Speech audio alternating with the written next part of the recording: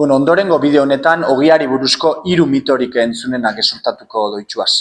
Lehenengo kasuan, sarretan esaten da ogiak ez daukala apenas nutrienterik. Eta naiz eta ogi zuri edo industrialenen kasuan hau horrela izan, esan bida ogirik integralenek vitamina eta minerale ugari eukitzen da bezala.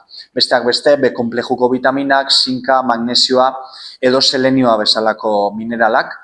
Eta gainera esan bida, zuntz eta proteina ugariko bertzioak ere badaukaguzela. Bigarrena, ogiak duen glutenak gure esteak kaltetzen ditxula esaten da.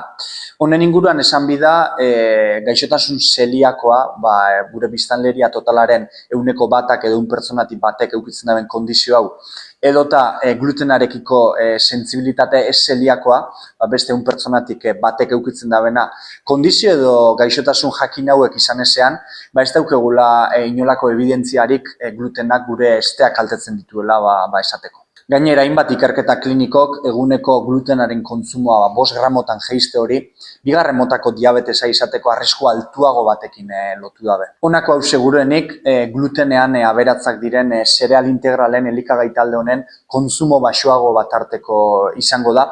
Azkenean, elikagai talde hau zuntz eta nutriente esentzialetan oso aberatza dalako. Eta hirugarren eta azkena, ogiak gizendu egiten du.